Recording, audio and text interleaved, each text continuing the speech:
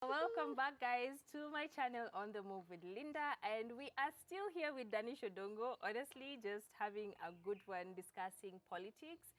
And you know, it's always hilarious, by the way. Every time there's campaigns, I am waiting for a slogan. Some are very entertaining, some actually make sense, but you told me an interesting terminology, sloganeering. Yeah. And could you break down for us what that exactly means? Sloganeering basically means tibim tialala. That was actually very catchy. It was very catchy. Very catchy. It's bottom up sloganeering, azimio la umoja sloganeering. So it's brilliant marketing that politicians have learned, where you say something that nobody understands what it means. Yeah. There's no socio-economic, socio-political, economic model behind it, but because it's sweet, sexy and nice, it's brilliant. So sloganeering is just, that's it. So I've never been to a rally before, but it's like euphoria. Sometimes I see it and I'm like, oh my goodness.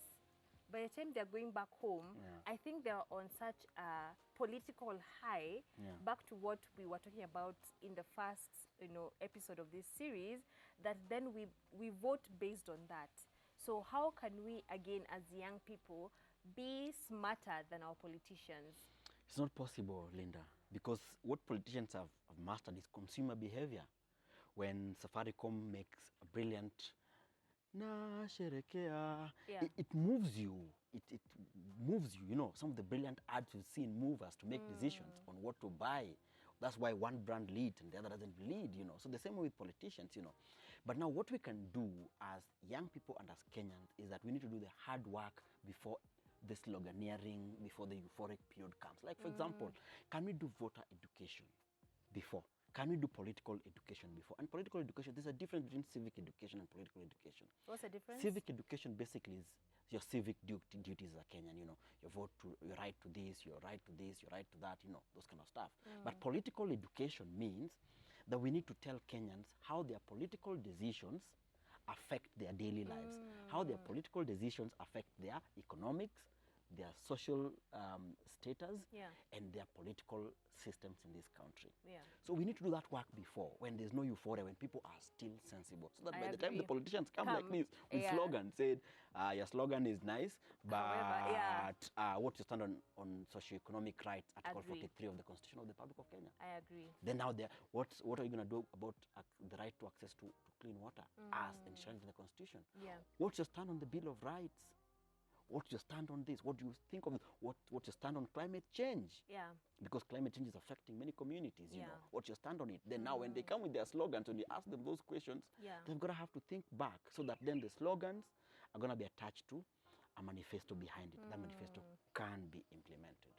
So I love that. I really love that. And I hope as young people, we are listening to what Dannish, because this is like pure, you know, you remember in Daystar, when you have the first year, you have 101, 102. Exactly. This is like politics 101, 102, guys. So I hope you're taking notes, because this is very important.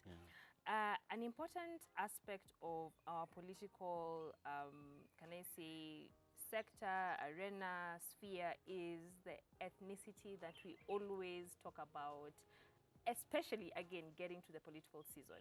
The fact that we're talking about the sloganeering and the manifestos, could a politician or a leader have such a fantastic plan or agenda, but because they're coming from a certain ethnic group, us as the people don't give them honestly, the opportunity to actually sell what they would want to do for this country? But then you know very well, Linda, that the issue of ethnicity is just a political bait. It's not real. For example, Linda. You think so? There are Kikuyus who are living in Lamu. There are people who are living everywhere. Nairobi here. These informal settlements are melting pot of cultures. But it's only an issue when we attach political bait to our ethnicities. But why do we then buy into the bait as the people? We have to buy into the bait because politics are driven by two things. It's either driven by politics is driven by one thing, ideology. So that ideology, for example, if you look at what happened in Germany, the ideology was the ideology of race. So that's why, you know, the Holocaust happened.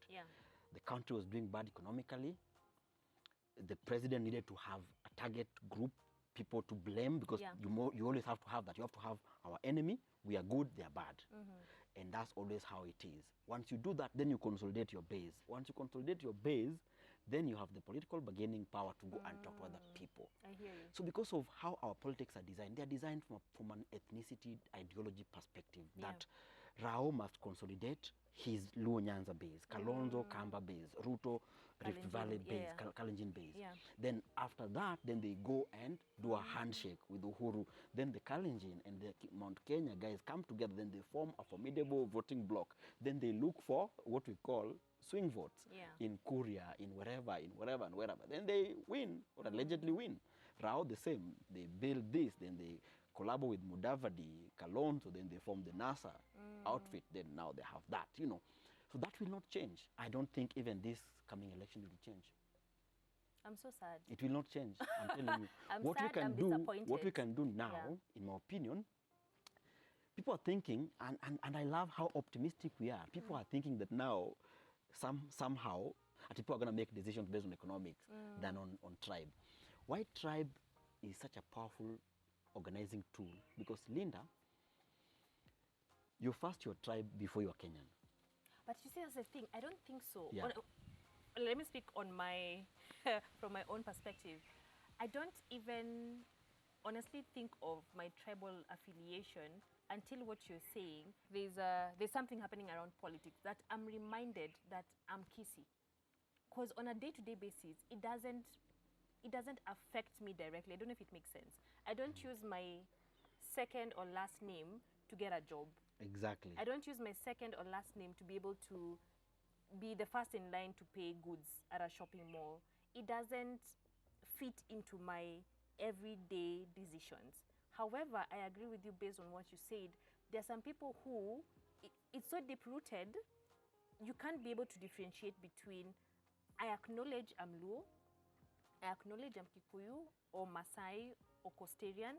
However, I can be able to differentiate between my cultural roots and knowing that I have to make political decisions that don't need my cultural roots. I don't know if it makes sense. So I don't need to vote for Matiang'i because Matiang'i is Kisi. Yeah, but you will vote for Matiang'i because if Matiang'i is president, evidence shows that the region you come from, Nyamira County, will get more roads, more water, and people from that region will be employed in the civil service and they'll get more opportunities. In fact, evidence shows that certain regions in this country that have enjoyed the presidency for long, the life expectancy in those regions are an average of 10 years higher than the rest of this country. You know that? I didn't know that. Do you know that the kilometers of road that have been tarmacked, there are places in this country, let me just mention, if you're driving from Eldoret going all the way to Kabarnet, there's a road there that when you drive there, only cows lie on it. You ask yourself, what's the strategic value of this road? While we've not we are just dualing the Migori-Isebania route, which is a major route for our trade. We've not yet dualed the route that goes to Malindi. It's a major tourism area. In fact, it's only right now that we've built the first road that is leaving Kitale all the way to Lokichar in the history of this country, Linda. So your ethnicity, while may not be something that you use to buy bread and butter, but subconsciously, it affects the services that you get.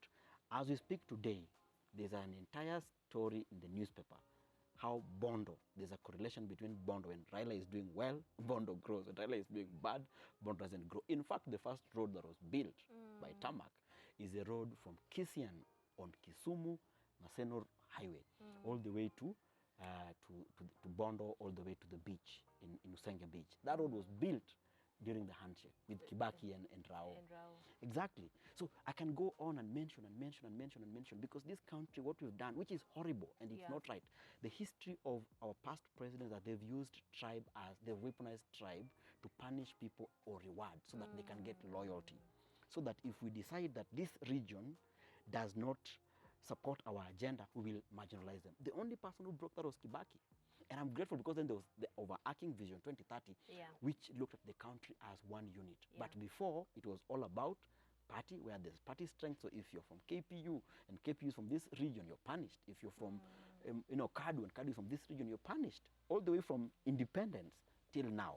I mean, till 2002, when Kibaki came into power. So we've only enjoyed 20 years of what I'd call intentional national development. That's when we're enjoying it. That's why Coast can say we've seen this development. This part can say we've seen this development. But before, it wasn't like that. That's why tribe now mattered. Clearly, guys, it's one thing to actually see it in the news and read it in the newspaper, but it's something else to hear it from someone as you're giving us, real life examples. This is not something I knew, and so it's also a learning moment for me. And guys, as I always say on this channel, we are here to learn, we're here to do better and be better. And because Dannish is sharing so much wisdom, I want him to come back. Would you want to come back? Definitely. Yeah, let's see what else we can talk about Kabisa. in terms of politics. And hopefully, as Dannish mentioned in the previous segment, you can be able to lend your voice. You can be able to do better when it comes to your civic duty. Make sure you are registered as a voter. Exactly. Because whether it's MCA, woman rep, whatever elective position is out there, you can be able to make a difference. But not just as a voter. Once you vote, then your real civic duty begins. For example, once the governor race ends, we're going to have something called the CIDP, the County Integrated Development Plan. It's a 5-year blueprint that is used to develop counties. Then within that, we have what we call the annual development plans. All these things happen at the village level, where the county government announces that we want to do our public participation for the County Integrated Development Plan. We want you to come together. So aggregate, come together as people who understand your civic duty. Then if you want a road in your village, go and put it in the annual development plan, because it's the ADP that is financed. So if you don't see a road there, perhaps you did not participate in the public participation that decided this road is important, water is important, we're going to have a cattle dip here, we're going to have this and that. That is how we change our country, not just by voting. I agree, 100%. Guys, subscribe to On the Move with Linda. Stay tuned for more. And remember, please share with your friends and give us your thoughts and opinions about the conversation we're having. Dannish will be very happy to answer your questions, by the way.